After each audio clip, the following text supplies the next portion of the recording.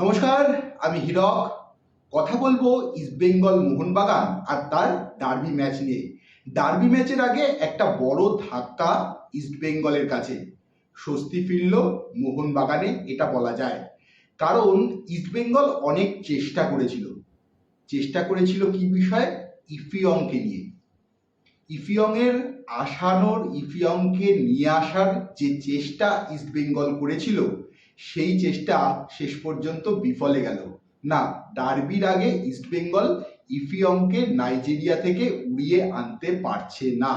অর্থাৎ যে খবরটা চাউর হয়েছিল যে শনিবার দিন সন্ধ্যে 7টার মধ্যে ইফিয়ং শহর কলকাতায় পা রাখছেন, সেটা হচ্ছে না। বিষয়টা কি? আসলে ইস্টবেঙ্গল ক্লাব গত দুদিন ধরে কিন্তু এই বিষয়টা নিয়ে দীর্ঘ চেষ্টা চরিত্র চালাচ্ছিল, এবং যে সন্ধ্যে 7টায় ইফিয়ংকে উড়িয়ে আনার কথা বলা হচ্ছিল, সেই দিকেও কিন্তু একটা জোর প্রচেষ্টা ছিল।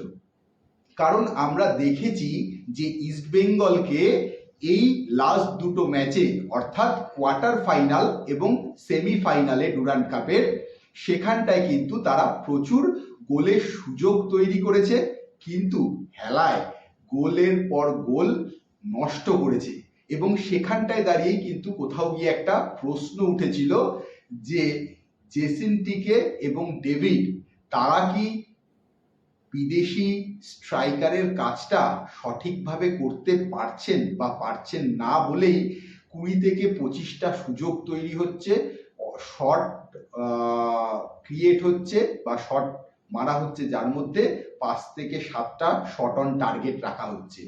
আর ডার্বি যখন হবে ডুরান্ড কাপ ফাইনালে, প্রেস্টিজ ফাইট, সেখানটায় দাঁড়িয়ে ইস্টবেঙ্গল যে মোহনবাগানের থেকে একচুল জমি ছাড়তে নারাজ এবং মরশুমের প্রথম ট্রফি জেতার জায়গায় ইস্টবেঙ্গল চেয়েছিল বা কর্তারা চেয়েছিল যেন তেন প্রকারেণ যদি তাদের এই বিদেশি স্ট্রাইকার ইফিয়ংকে নিয়ে আসা যায়, অন্তত ডার্বির আগের দিন তা সে প্র্যাকটিস না করুক, বেঞ্চে থাকবে এবং সেকেন্ড হাফে যদি তাকে খেলিয়ে দেওয়া যায়, তাহলে কিছু একটা হলেও হতে পারে। কিন্তু বিষয়টা কি হয়েছে দেখুন, নাইজেরিয়া থেকে এই মুহূর্তে ভারতে আসার ক্ষেত্রে যে সমস্যার কথাটা এতদিন ধরে আপনারা সবাই জেনে গেছেন, এটা জানানোও হয়েছে, মানে বলা হচ্ছে রোজই, এবং সেখানটায় দাঁড়িয়ে ভিসা পেতে সমস্যা হচ্ছে। সে দেশে কিছু একটা ফিভার এবং সেই সংক্রান্ত বিষয়ে কোয়ারেন্টিন থাকতে হয় এবং ফর্ম ফিল আপ করতে হয়, নানান রকমের ঝামেলা ঝঞ্ঝাট কাটিয়ে এই ভিসা পাওয়া এবং তারপর আসা, যেটা করতে শোনা যাচ্ছে প্রায় 40 দিন সময় লেগে যায় কোনো একজনের নাইজেরিয়া থেকে এখানটায় আসা। কিন্তু এরকম একটা সময় দাঁড়িয়ে ইস্টবেঙ্গল ক্লাব কিন্তু একটুখানি ঘুরপথ বা একটু আঙুলটা বেঁকাতে চেয়েছিল, বা বলতে পারেন একটুখানি লাইনঘাট করে ব্যাপারটা যদি নিয়ে আসা যায়, সেরকম একটা তিকরাম লাগাতে চেয়েছিল, এইটুকু বলতে পারি। এবং সেই মতো গতকাল থেকে, অর্থাৎ যখন থেকে ইস্টবেঙ্গল সেমিফাইনালে থেকে জিতে ফাইনালে উঠল, ঠিক তার পরের দিন থেকেই কিন্তু ইস্টবেঙ্গল কর্তা নিতু সরকারের নির্দেশে ইস্টবেঙ্গলের যে লজিস্টিক টিম, সেই টিম কিন্তু তার দেখানো পথে প্রচেষ্টা করে যেতে থাকে।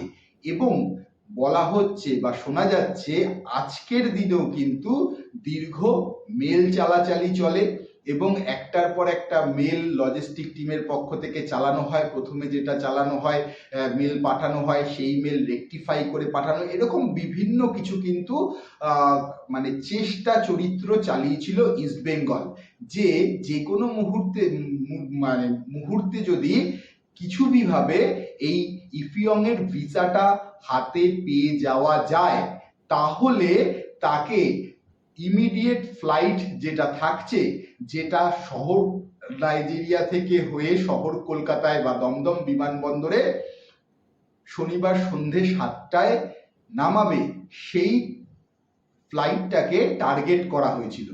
কিন্তু শেষমেশ যেটা গিয়ে দাঁড়ায়, এবং শোনা যাচ্ছে নাকি টিকিট পর্যন্ত কেটে রাখার একটা ব্যবস্থা প্রক্রিয়া করা হয়েছিল, যাতে ভিসাটা হাতে পেলেই তাকে অর্থাৎ ইফিয়ংকে ট্রাভেল করানো যায়। এবার শেষমেশ যেটা এসে দাঁড়ালো, অনেক চেষ্টা চরিত্র করার পরও ইস্টবেঙ্গল ক্লাব কর্তারা কিন্তু সেটা করতে পারলেন না। অর্থাৎ ইফিয়ং তার ভিসাটা পেল না আজকে অর্থাৎ শুক্রবার দিনে। এবার এর পর ভিসা পেয়ে আর কি কোনো লাভ হবে?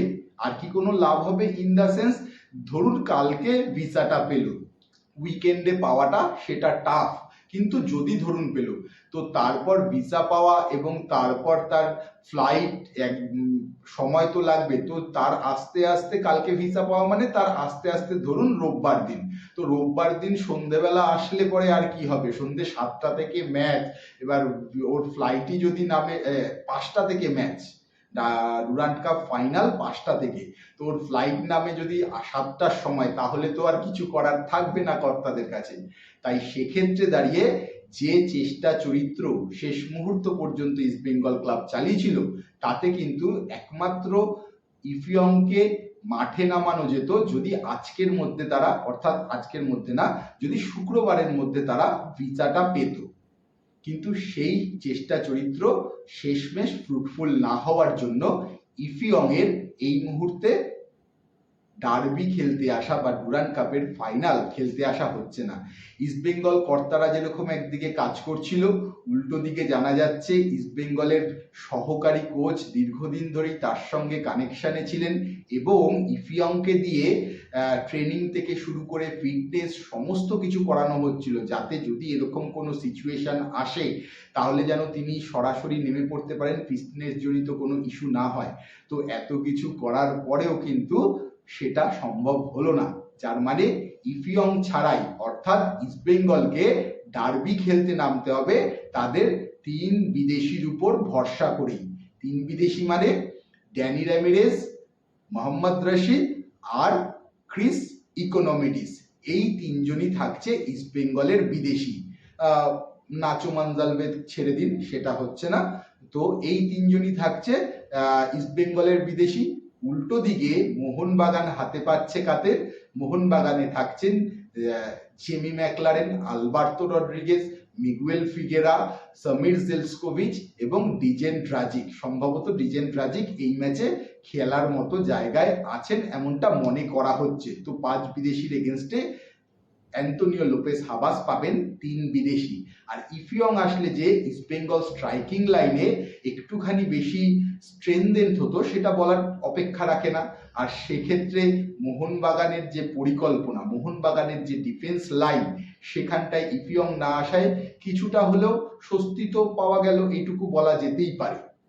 কিন্তু বিষয়টা যেটা, ইস্টবেঙ্গলে কিন্তু শুধু একা ইফিয়ংকে না পাওয়া ব্যাপারটা নয়, ইস্টবেঙ্গল কিন্তু চোটের কারণে পাচ্ছে না পিভি বিষ্ণুকেও। সম্ভবত তিনিও অনিশ্চিত হয়ে পড়েছেন এই ডার্বি ম্যাচে।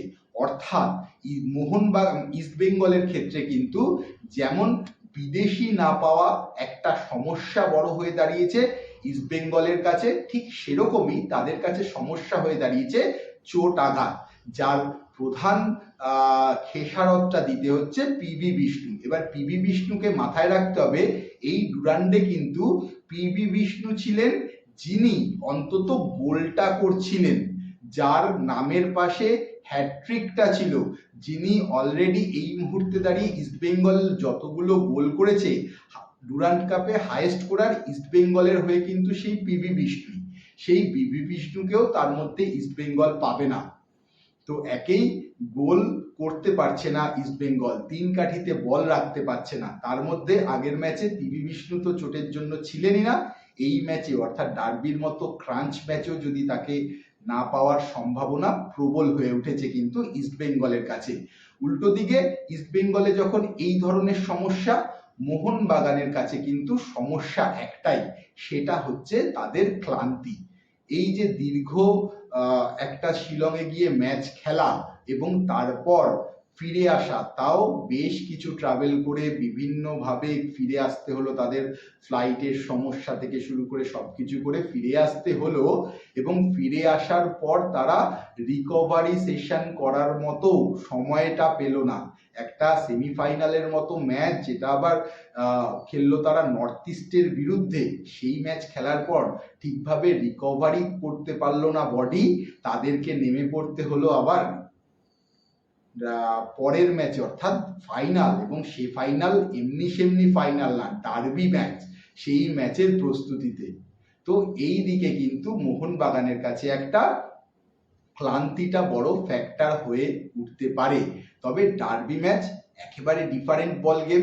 একদিকে যখন ট্রফি জয়ের হাতছানি, মরশুমের প্রথম ট্রফি জিততে পারা যাবে, উল্টো দিকে আবার চির প্রতিদ্বন্দ্বীকে হারাতে পারলেই প্রথমত একটা বড় সাফল্য, উল্টো দিকে আইএসএল এর আগে একটা বড় বুস্ট পেয়ে যাওয়া যাবে।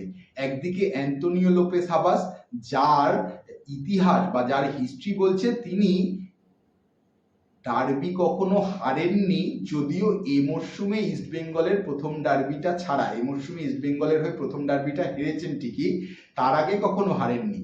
উল্টো দিকে প্যানোস, তিনি কিন্তু মোহনবাগান কোচ, তিনি কিন্তু আবার প্রথম ডার্বি খেলেছেন এবং অভিষেক ডার্বিতেই জয়ের মুখ দেখেছেন। এইবার দুই কোচের মস্তিষ্কের লড়াই, দুই কোচের কাছে প্রতিকূলতা অনেক রয়েছে, এবং সেই প্রতিকূলতাগুলো কাটিয়ে মাঠে নামতে হবে ইস্টবেঙ্গল কোচ অ্যান্তোনিও লোপেস হাবাসকেও, এবং মাঠে নামতে হবে মোহনবাগান কোচ প্যানাগিওটিস ডিলেম্পেরিসকেও। এবার মস্তিষ্কের লড়াইয়ে কে কাকে টেক্কা দেবে। এ মরশুমে হাবাস 0, প্যানাগিওটিস ডিলেম্পেরিস 1, মানে 1 গোলের লিডে কিন্তু রয়েছে প্যানোস হাবাসের থেকে।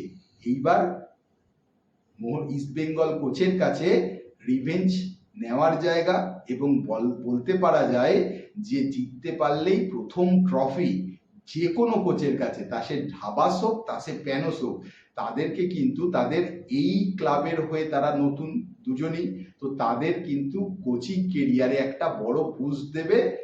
সমর্থকদের কাছে তাদের গ্রহণযোগ্যতাটা কিন্তু এখান থেকে এখানে চলে যাবে এই ডার্বি জিতে, ক্লাবকে যদি তারা ট্রফি এনে দিতে পারে। তাই এই ম্যাচটার গুরুত্ব দুই কোচের কাছে কিন্তু খুব খুব খুব সিরিয়াস এবং খুব ভাইটাল হতে চলেছে।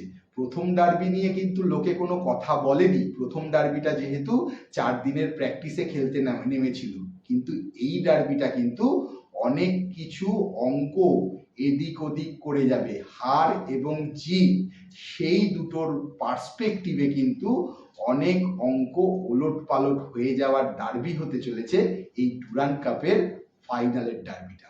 এখনকার মতো এই পর্যন্তই, নমস্কার।